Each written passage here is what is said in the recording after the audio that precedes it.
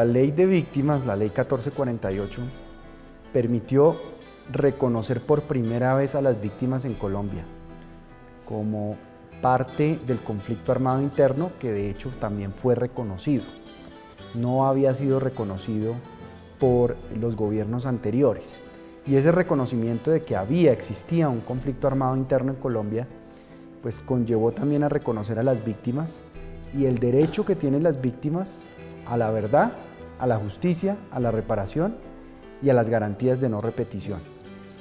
Esos fundamentos que estableció la ley de víctimas han sido muy importantes para afianzar las bases de la reconciliación y del posconflicto en Colombia. Sin las víctimas es imposible construir una paz estable, una paz duradera y sostenible.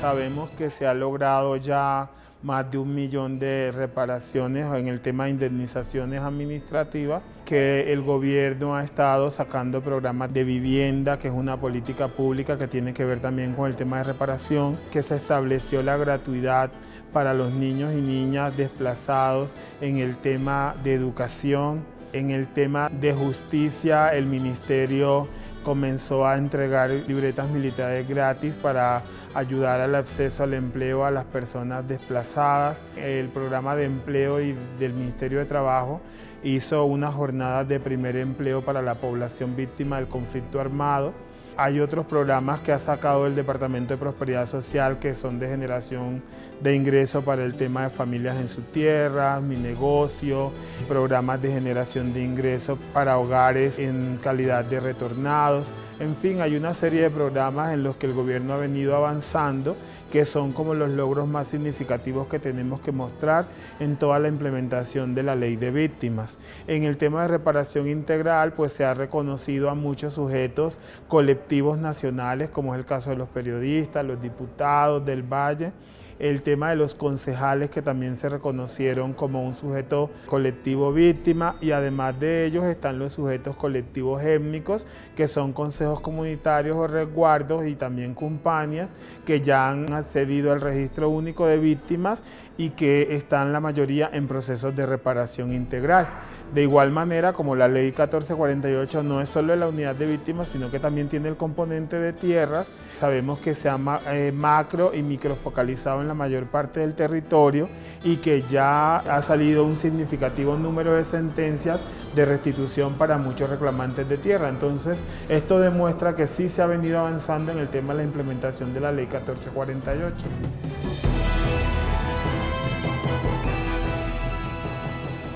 Bueno, los principios fundamentales de la ley de víctimas son 4. El primero es la verdad, y la verdad la hemos entendido no solamente como el derecho que tienen las víctimas a acceder a la verdad histórica,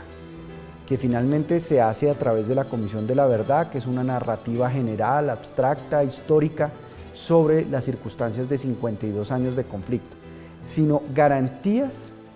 para que las víctimas accedan a la verdad judicial, que es específica, que es concreta y que es particular, es decir, es en el caso de cada víctima. Nosotros introdujimos en el acto legislativo de la Justicia Especial para la Paz, y lo vamos a desarrollar en la Ley Estatutaria de la Justicia Especial para la Paz, los mecanismos y las garantías procesales para que ese acceso por parte de las víctimas a la verdad judicial sea una realidad y no se le dé a las víctimas una verdad general, abstracta, de narrativa histórica, sino concretamente, específicamente, en cada caso judicial, que las víctimas puedan acceder a lo que ocurrió. Y en materia de justicia, pues la Justicia Especial para la Paz y todo el sistema de justicia transicional, vamos a buscar que se articule muy de cerca con la ley de víctimas para que vaya de la mano y para que haya una conexidad, una coordinación, una sinergia entre el proceso que ha venido impulsando la ley de víctimas y lo que se va a crear a través de la Justicia Especial para la Paz, de la Comisión de la Verdad, porque eso hace parte del sistema integral de no solamente superar la página del conflicto, sino tener realmente a las víctimas en el centro del proceso de paz, y que esto no sea una retórica y un discurso para quedar bien ante el mundo o ante las víctimas, sino que ese discurso se concrete en hechos y mecanismos reales de garantías para las víctimas. Y por supuesto la reparación se ha buscado que tenga otros énfasis, no solamente sea individual como indemnización a cada víctima, sino que haya esquemas de reparación colectiva, proyectos productivos, comunitarios y territoriales que hagan más sostenible y más sostenida la reparación a esas víctimas. Y por último, pues algo que es fundamental y es definitivo, que son las garantías de no repetición. Y eso se logra buscando, entre otras cosas, que el vacío que dejan las FARC como grupo ilegal en el territorio y en la comunidad lo ocupe el Estado de manera integral, con política social, con equidad, no solamente con soldados y policías que proveen seguridad, sino con oportunidades, con presencia institucional del Estado en lo local, justicia, fiscales, con bienes públicos, es decir, que lleguen las vías terciarias y las carreteras que necesitan los campesinos para poder desarrollar, la titulación de tierras, de títulos de propiedad a los campesinos, que hoy en día el 60% de los campesinos de Colombia no tienen título de propiedad sobre la tierra que poseen. El capital social que es tan importante, las asociaciones, las cooperativas, las organizaciones comunitarias que se fortalezcan. Pero para eso hay algo absolutamente básico que es necesario proveer en los territorios y a las comunidades, que es la seguridad. Es decir, que no sigan asesinando a los líderes comunitarios, a los líderes de las víctimas, porque el liderazgo se construye con muchos años de proceso. Y el asesinato de una persona que es líder no solamente es reprochable por la vida de esa persona, sino porque se elimina un liderazgo que se viene construyendo y que deja acéfala a una comunidad y a un grupo de víctimas para ser defendidos y representados.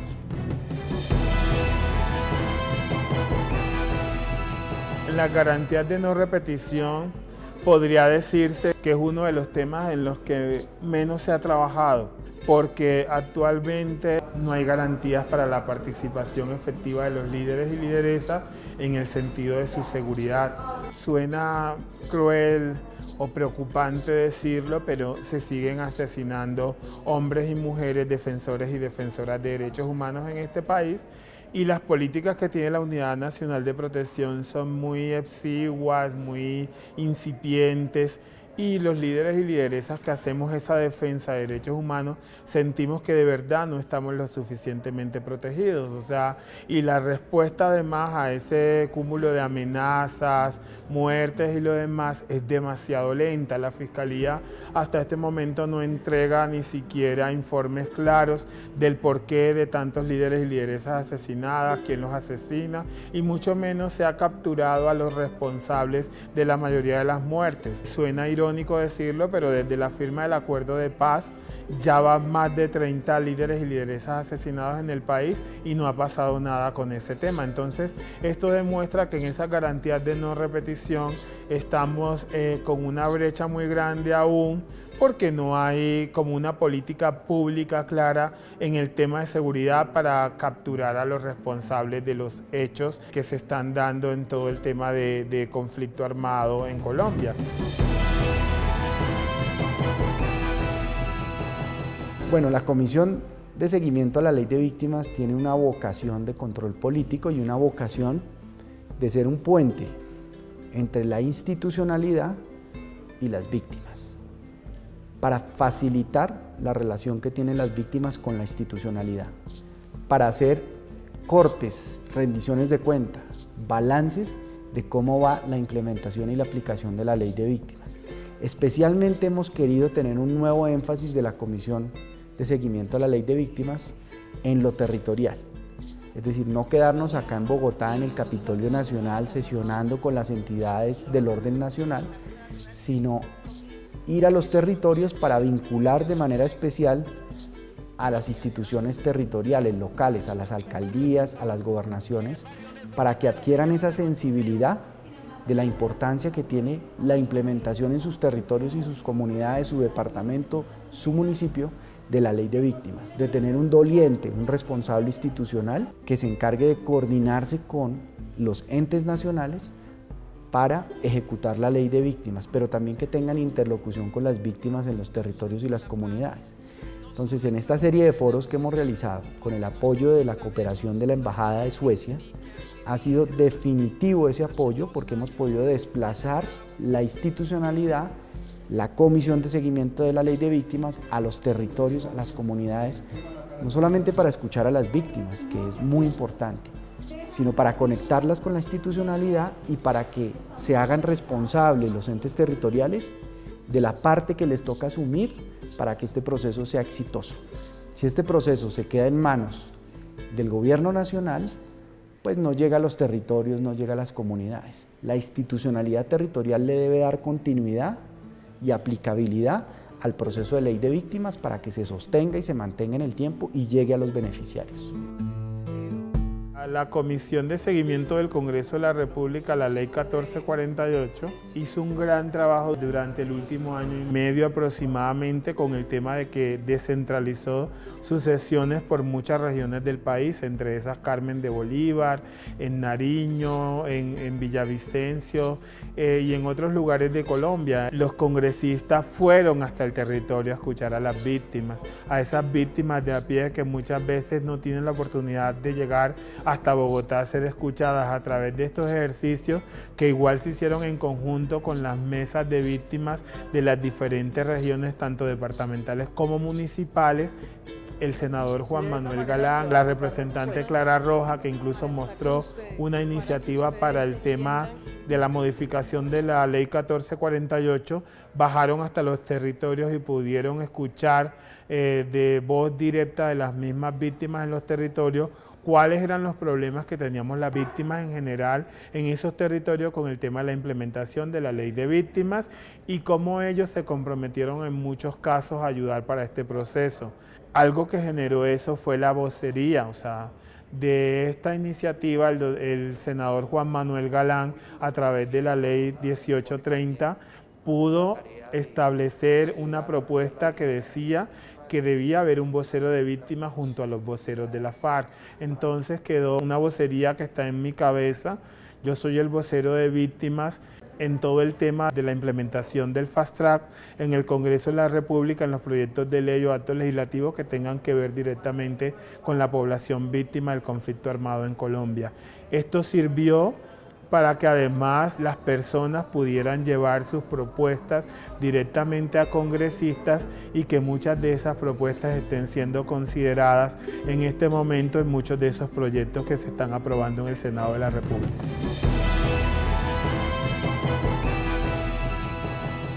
En lo que queda del desarrollo del trabajo de la Comisión de Seguimiento a la Ley de Víctimas, hemos venido poniéndole mucho énfasis a las víctimas en el exterior. Hay muchísimas víctimas que se fueron de Colombia en procesos muy dolorosos de dejación de su familia, de dejación de su vida y que se van a vivir al exterior, y aquí hay un poco una imagen equivocada de que esas víctimas son como víctimas de primera, porque tuvieron la oportunidad de irse de Colombia y tal vez vivir en quién sabe qué país, en qué condiciones, y resulta que muchas de ellas viven en circunstancias mucho más difíciles que si se quedaran en Colombia. Entonces, el trabajo de los consulados, de las embajadas, para acercar a estas personas víctimas al proceso de la ley, registrarlas, darles toda la información que necesitan para beneficiarse y para ser parte de la ley de víctimas, para no renunciar a sus derechos, es muy importante. Ese ha sido un énfasis que queremos mantener.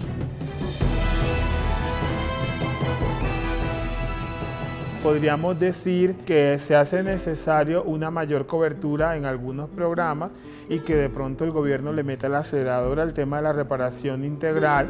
porque también es cierto que los dineros que se están presupuestando cada año son incipientes, o sea, al paso que vamos, si no se amplía la ley 1448 como se tiene planteado, en el 2021 nunca se alcanzaría a reparar o a indemnizar a las personas que están esperando su indemnización por ser víctimas del conflicto armado. De igual forma, también aumentar la posibilidad de que en las políticas públicas haya mayor cantidad de beneficiarios, porque, por decir un ejemplo, este año el Gobierno Nacional a través del Ministerio de Vivienda está sacando un decreto para 30.000 beneficiarios víctimas del conflicto, pero sabemos que ni siquiera en el tema de carta cheques que están regadas en el país, que superan las 100.000, se alcanzarían a recoger con estos 30.000. Entonces, situaciones como esta demuestran que sabemos que se ha hecho mucho, pero que es necesario hacer otros esfuerzos, sobre todo en el marco financiero,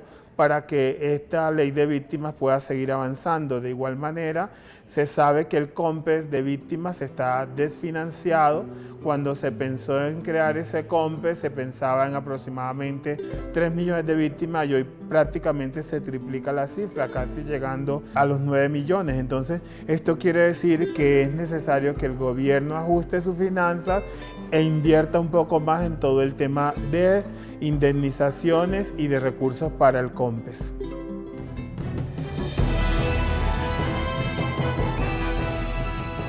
El otro énfasis está también en la eventual reforma que necesita la ley de víctimas para sintonizarla con la institucionalidad de los acuerdos de paz, que no haya cortocircuito entre el sistema de la ley de víctimas y todo el sistema que crean los acuerdos de paz. Eso es fundamental, y que las beneficiadas sean las víctimas. Y el otro desafío grande que tenemos es el presupuestal, donde realmente tenemos que tener una claridad sobre el horizonte presupuestal a corto y mediano plazo para poder implementar esta ley. Esta fue una ley que se diseñó y se presentó para un universo de 4 millones de víctimas aproximadamente. El hecho de haber incluido por disposición de la Corte a los desplazados nos expandió el universo de las víctimas a más de 8 millones. Y eso pues generó unos desafíos institucionales, fiscales, presupuestales muy grandes. Entonces, en la reforma a la ley de víctimas tenemos que garantizar que en los próximos años, a corto y mediano plazo, la ley cuente con los recursos que necesita para poderse desarrollar y aplicar. Y en eso se requiere una gran coordinación entre todas las entidades del Estado, que además de la unidad de víctimas, la unidad nacional de protección, la unidad de restitución de tierras, las demás también entren a colaborar y actuar armónicamente en pro de garantizarle esa sostenibilidad presupuestal a la ley de víctimas.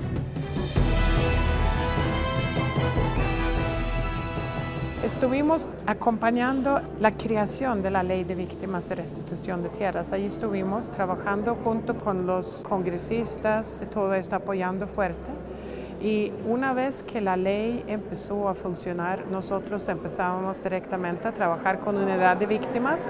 pero también con la restitución de tierras. Somos un socio absolutamente estratégico para la restitución de tierras y estamos en la reparación de víctimas, específicamente en la reparación colectiva. Por ejemplo, ANUC, que estuvo aquí presente hoy, ellos están siendo reparados a través de un programa que nosotros estamos apoyando.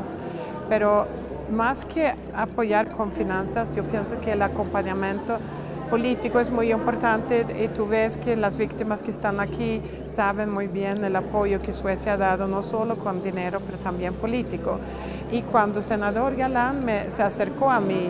queriendo seguir una ley que él como congresista o senador había aprobado, me parecía muy bien que también los congresistas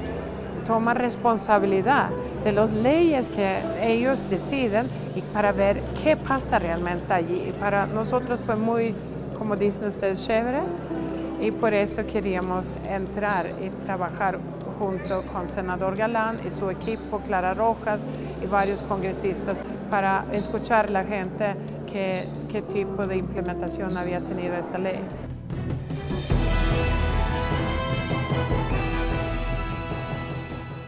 En la reconciliación y el perdón, yo considero que aún hay mucho trecho por caminar. Es un camino incluso espinoso, doloroso. Perdonar no es nada sencillo. Así como hay víctimas que de pronto tienen su corazón abierto a dar ese perdón con mucha generosidad, hay otras que efectivamente tienen el corazón muy roto y no tienen como tantas ganas de perdonar. Sin embargo, algunas estrategias de atención psicosocial facilitan como ese desahogo que ayuda a que las víctimas avancemos hacia ese perdón y hacia esa reconciliación. Otra cosa es que a veces las víctimas no nos sentimos tan en la centralidad que el gobierno dice. A veces nos sentimos más cola que cabeza y mucho menos que corazón. Entonces, yo creo que hay que buscar más la participación activa de las víctimas en todos los procesos de implementación de paz. Hay que hacerlos más protagonistas o hacernos más protagonistas. Las víctimas tenemos mucho para dar, somos muy propositivas, somos muy proactivas, estamos dispuestos. Nosotros queremos hacer parte real de esa construcción de este nuevo país, que las víctimas también sabemos cómo se puede hacer paz y también sabemos cómo se puede construir perdón y reconciliación, y que nosotros de verdad queremos aportar a ese perdón y a esa reconciliación.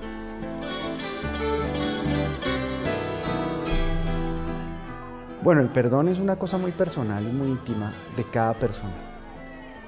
Yo voy a decir lo que yo considero que es el perdón, pero en ningún momento pretendo imponerle esa definición de perdón a las demás víctimas. Pero yo considero que el perdón es un punto de llegada y no un punto de partida. Y mucha gente cree que es un punto de partida y arrancan por decir que perdonan a su victimario. Yo creo que esto es un proceso y hay que recorrer un camino para llegar a un perdón verdadero. Y ese camino pues requiere del arrepentimiento del victimario y requiere de la verdad entregada a la víctima. Y si eso se da, creo que se dan las bases y las condiciones para llegar al perdón.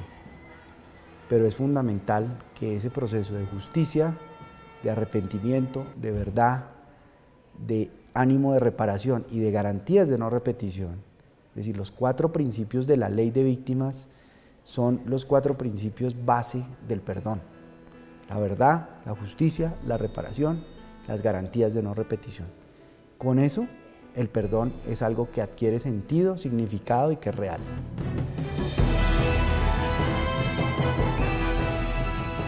La recomendación es que ojalá el senador Galán, hasta que termine su periodo, se quedara allí en esa comisión y otros congresistas como la doctora Clara Rojas, la misma doctora Claudia López, que han sido de esos senadores, el mismo senador Cepeda, que nos hemos sentido muy apoyados con ellos. Entonces han estado ahí escuchándonos. Clara Rojas incluso